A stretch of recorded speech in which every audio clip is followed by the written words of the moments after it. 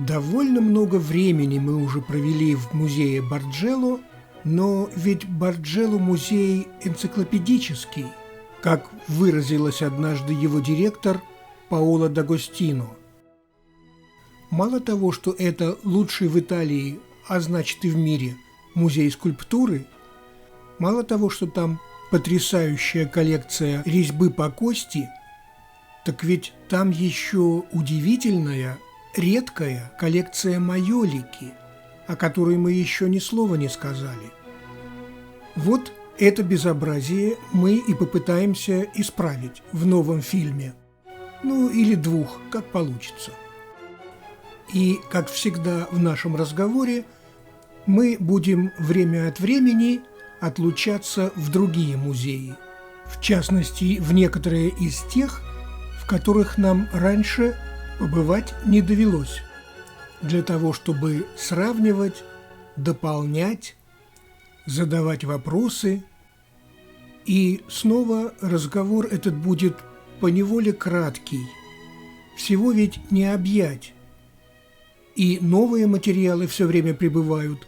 Вот я вроде бы закончил серию фильмов о резьбе по кости, и тут только что пришло сообщение о новом открытии или отрытии в Иерусалиме, где археологи нашли вот такие резные костяные плитки, относящиеся к IX-VIII векам до нашей эры, то есть ко временам первого храма.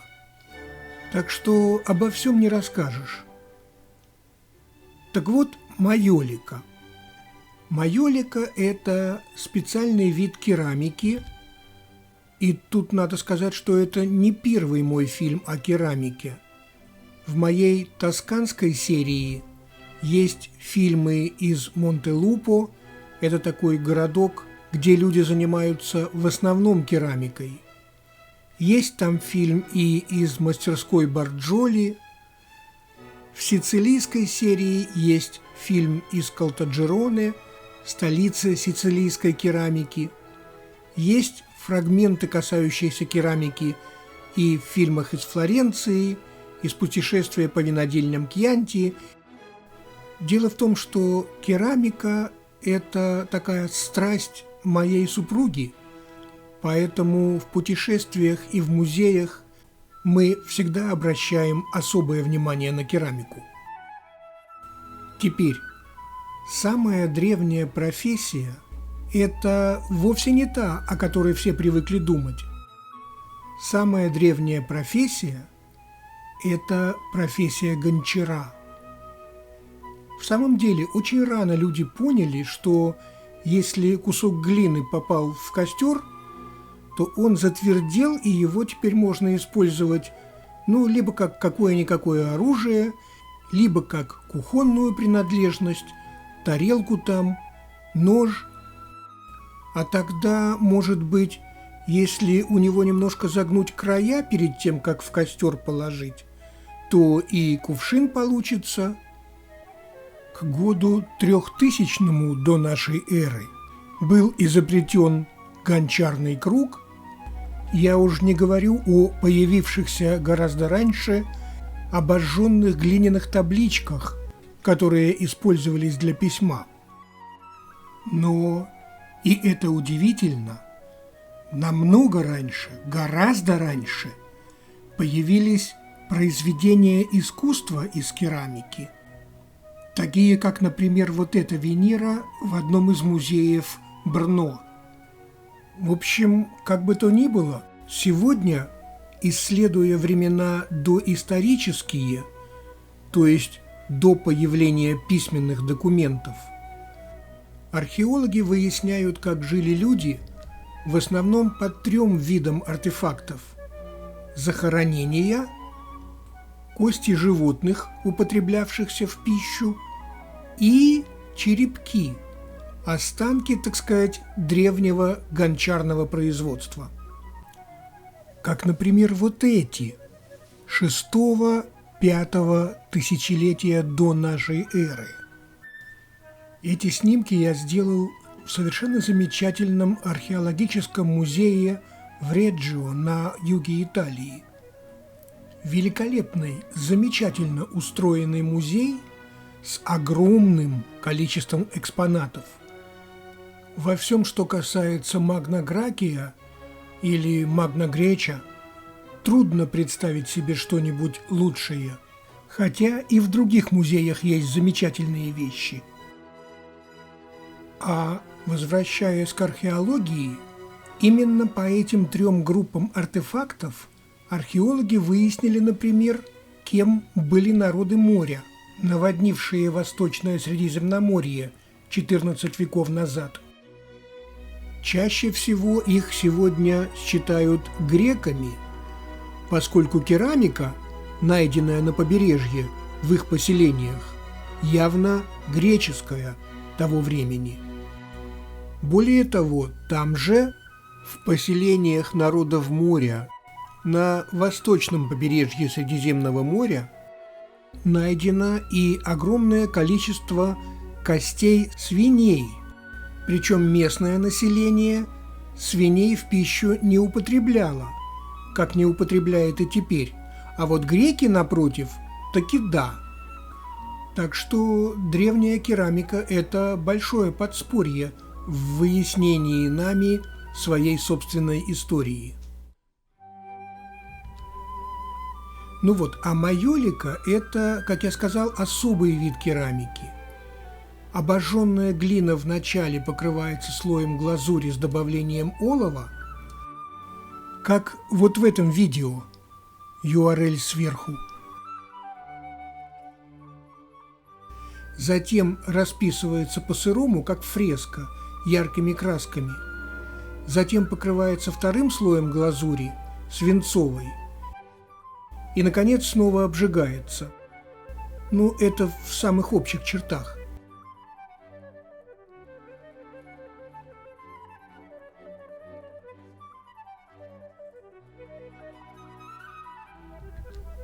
Ну вот, самая ранняя майолика появилась вроде бы в Месопотамии в IX веке, а оттуда попала в Египет, Персию и Испанию во времена расцвета там мусульманской культуры.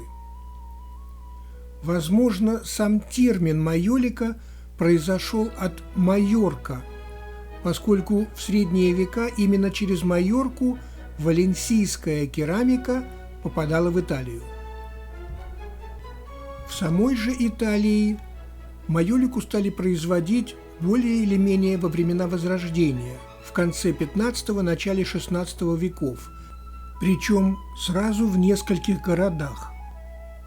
Хотя вроде бы вот в том самом Монтелупо, о котором я упомянул, под Флоренцией, стали производить майолику уже в XIII веке. Во всяком случае, в музее керамики Монтелупо есть образцы из XIV века.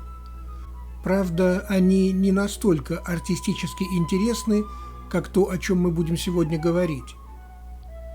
Другим городом, где производилась майолика, была Фаэнца. От имени этого города, по-видимому, произошел термин «фаянс», кстати. Вот один из примеров майолики, созданной в Фаэнце, правда, эта тарелка более поздняя, находится она в Музее изящных искусств Далласа. Но, так или иначе, майолика появилась в Италии как попытка конкурировать с китайским фарфором, производить который европейцы не умели. Поэтому первая майолика походила на китайскую даже и росписью, поскольку та была в моде. Теперь, некоторыми иллюстрациями и некоторыми фактами в этом фильме я обязан более чем часовой презентации, точнее панельной дискуссии, которую некоторое время назад провели 3 маститых ученых под руководством Friends of Bargello и его вице-президента Катрин Зок. Так что большое им спасибо. Речь шла о медицейской коллекции майолики, коллекции дома Медичи, здесь, в Барджелло. Ну вот, длинное получилось вступление, пора, наконец, перейти к самой майолике. И вот эта ваза – одна из самых ранних в медицейской коллекции. Сделана она была здесь, в Монтелупо, и находится сейчас в Музее искусств в Детройте. Попала она к Медичи в 1469 когда Лоренцо де Медичи, его еще не называли великолепным, женился на Кларис Орсини. А Орсини – это очень знатная римская семья. Считается, что они ведут свою родословную от Юлиев-Клавдиев, династии римских императоров. Август, Тиберий, Калигула, Клавдий и Нерон происходили из этой династии. Орсини веками вели борьбу за главенство в Риме с семьей Колонна. Семья Орсини дала 5 пап.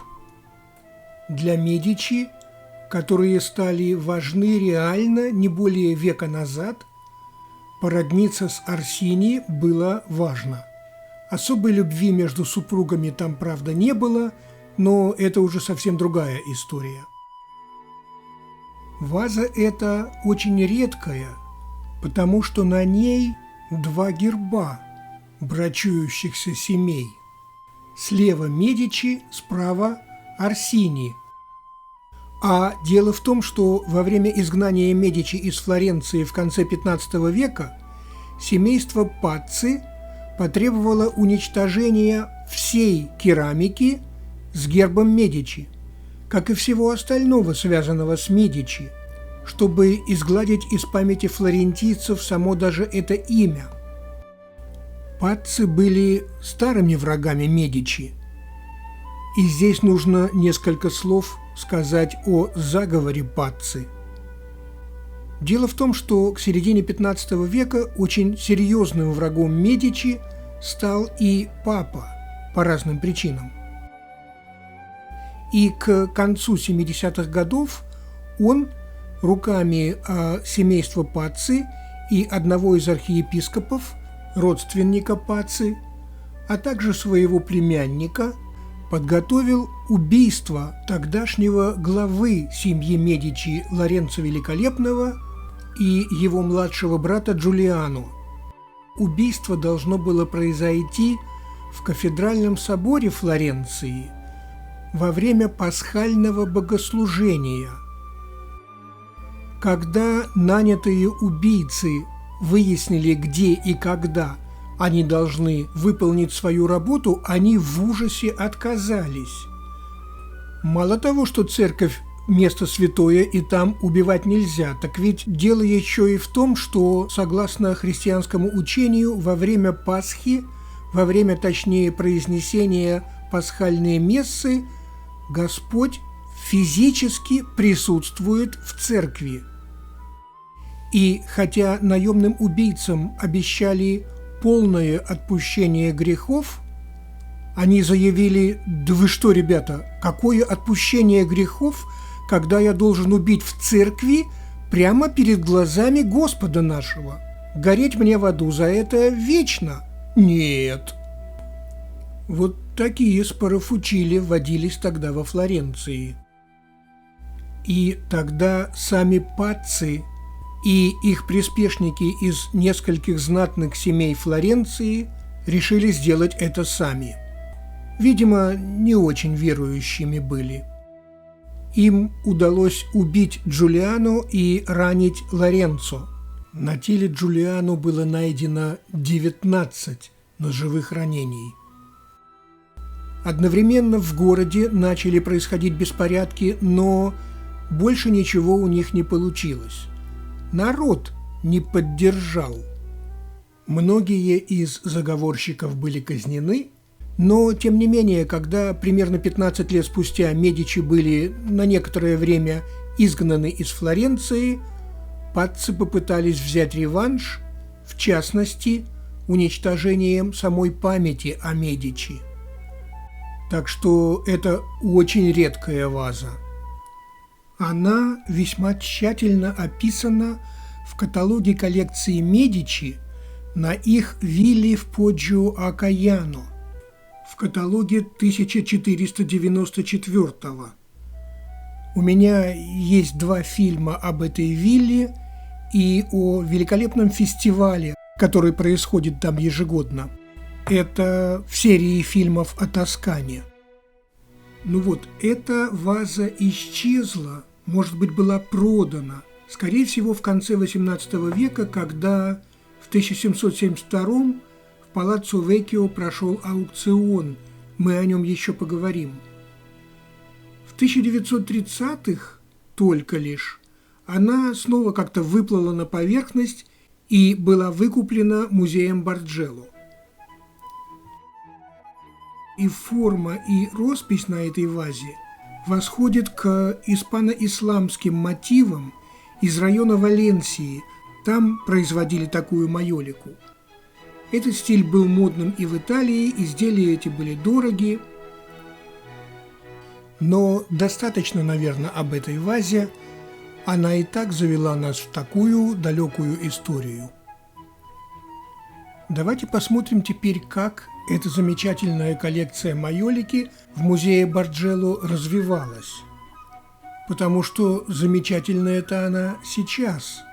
А вот когда музей только открылся в 1865-м, в коллекции майолики было всего 50 экспонатов. А начали формировать коллекцию в конце XVI века сами Медичи. Однако к моменту смерти Козимо I в 1572 в коллекции этой был фарфор только из Китая и из мусульманских стран. В развитии и пополнении коллекции, да и в производстве майолики вообще во Флоренции, невозможно переоценить роль сына Козимо I, Франческо, великого герцога Тосканского Франческо I. Мы уже говорили в других фильмах о том, что среди европейской знати, особенно высшей знати, было принято заниматься каким-то ремеслом, часто на профессиональном уровне. Мы, например, видели нескольких императоров Великой Римской империи в Вене, которые были вполне профессиональны в резьбе по кости. Так вот, Франческо занимался майоликой. Прямо во дворце в Палаццо Веккио он устроил алхимическую мастерскую. И, конечно, алхимики того времени – это не какие-то мракобесы, занимающиеся поиском философского камня. Часто это ученые, и их лаборатории – это своего рода хай-тек того времени. Картина эта написана Джованни Страдано, настоящее имя которого Ян Вандерстрат, как и другой человек искусства Жан де Болон, известный нам под его итализированным именем Джамбалонья. Вандерстрат приехал во Флоренцию, да тут и остался. Я их понимаю. Обратим внимание на то, что оба портрета написаны одним и тем же автором в одном и том же году. Ну вот, давайте вернемся к картине. Здесь на переднем плане справа сам великий герцог Франческо I. Нас уже не должно удивлять, что один из самых богатых людей в Европе сидит в хай-тек лаборатории своего времени и сам занимается экспериментами. Огромное количество усилий и исследований позволило в конечном счете изобрести способ производства фарфора, догнав, наконец, китайцев. И это было огромной важности открытие, поскольку никто другой в Европе, естественно, не смог достичь этого еще 100 лет. Ну, в самом деле, Первый фарфоровый завод в Мейсоне открылся в 1710-м. У меня есть 2 фильма о нем. Вот мы там с моей женой и сестрой. Замечательный завод. Но в 1710-м, а Севр в 1740-м. Это 18 век. Мы же пока до сих пор в 16-м. Есть, правда, гипотеза о том, что в Ферраре времен d'Este стали производить фарфор на несколько лет раньше, чем во Флоренции. Существуют и соответствующие документы. Однако никаких изделий из фарфора, созданных в Ферраре того времени, пока не найдено. Ну вот, лабораторию Франческо устроил прямо во дворце, в Палаццо Веккио, вот в этой комнате, своды которой в одном торце венчает портрет его отца, Козимо I, первого великого герцога Тосканского, а в другом торце его матери, великой герцогини Элеоноры Толецкой. Те, кому довелось побывать в этой комнате в рамках экскурсии по секретным проходам во дворце, практически между стенами и над потолком между этажами, наверняка помнят эту элегантную комнату и шкафы, в которых Франческо и его ученые хранили когда-то инструменты и реактивы. Вот нам их демонстрируют и на вопросы отвечают. Так вот, это элегантное убранство, великолепные потолки, о которых мы еще поговорим, живопись, а ведь здесь и Аманати, и Вазарии, и Нальдини, и многие-многие другие. Так вот, это убранство более позднее. А во времена Франческо I комната эта выглядела как-то вот так. Франческо попросил Бернардо Буонталенти, известного архитектора, перестроить кое-что во дворце для того, чтобы появились условия заниматься там любимым делом. А Буонталенти – фигура очень интересная, очень хороший архитектор.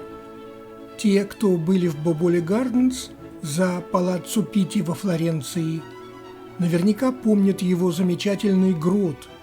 Он знаменит и заслуженно.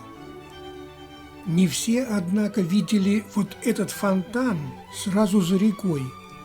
Я просто остолбенел, когда в первый раз на него наткнулся, совершенно случайно. Настолько он элегантен, вот просто на углу. И это тоже Буонталенти. Но он был, однако, не только архитектором. Именно этот человек изобрел когда-то джелато. Там так получилось, Козимо I попросил его, почему-то его, организовать банкет для испанской делегации, да так, чтобы они от изумления рты не могли закрыть. Ну, вот Буонталенти и расстарался. Рецепт известен. Кстати, совсем рядом рукой подать от фонтана Буонталенти находится самая знаменитая во Флоренции джелатерия Ла Карая. Вот там Саймон, наш друг из Лондона, просто счастлив. А вот и мы с детьми, возле там же. Правда, совсем другая. Джелатерия Пастасерия Бодиани зарегистрировала торговую марку на это мороженое. Но это уже совсем другая история. Надо будет еще один фильм сделать о Флоренции нетуристской. А то я совсем отвлекся от темы, потому что Флоренция. Куда ни глянь, такие цепочки возникают. Все ведь взаимосвязано. Вот, например, отождествлены еще двое на этой картине. Сразу за спиной Франческо стоит Систо ди Бонсисти, ученый-алхимик и фармацевт, которого Вандерстрат и изобразил в типичных одеждах ученого с шапочкой, хотя вряд ли Систо прямо уж в лаборатории был так одет. Справа от Систи, с большой колбой в руках, его сын Николо Систи, который еще многие десятилетия будет создавать для Медичи замечательные произведения искусства. Вот некоторые из его работ. Посмотрим теперь на чуть более позднюю майолику в коллекции Медичи. Вот на эту великолепную вещь, например. Это такая лоханка для охлаждения вина. Сегодня во всех ресторанах для этого используют ведерки со льдом. И да, в Италии XVI века они были не только известны, но и распространены. Вот, например, есть в Мантуе замечательный дворец Палаццо дель Те, такой чайный домик по названию, каковой домик мантуанский герцог Федериго II Гонзага использовал для всяческих удовольствий. Там великолепные фрески Джулио Романо, ученика Рафаэля. И на одной из этих фресок изображен охладитель для вина с бутылками оттуда торчащими. Вообще о Мантуе, об Андреа Мантенья и коллекции Гонзаго надо будет как-нибудь поговорить. Это очень интересная тема. Ну вот, так что такие чаши для охлаждения вина – вещь вполне заурядная сама по себе. Более того, жарким летом в Италии охлаждают иногда и красные вина. Чаша трехдольной формы, чтобы туда можно было засунуть прямо 3 бутылки, либо какую-нибудь пузатую, которые тоже часто использовались, куда чаще, чем сейчас. Кроме того, прямо в ней можно было разбавлять вино водой, что практиковалось с древних времен. Но нас ведь интересует не только форма, но и роспись. Что же здесь изображено? Переход через Альпы. Не Суворова, конечно, Ганнибала. Это чаша из сервиза, в котором было 120 предметов. До нашего времени дошло около 30. Все предметы сервиза расписаны сценами из пунических войн между Римом и Карфагеном, когда Ганнибал огнем и мечом прошел по всей Италии. На многих предметах, на небе, так сказать, место для гербов. По-видимому, сервиз был заказан, мы не знаем кем, и заказ, скорее всего, не был получен. Впервые этот сервиз описан в каталоге 1588 года.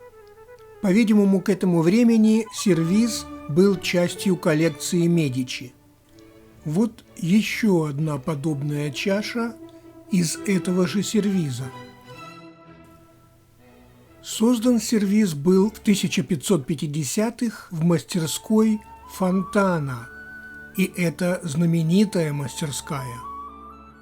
И надо сказать, что никакой музей в мире не обладает настолько репрезентативной коллекцией работ мастерской Фонтана, какой обладает Барджелло.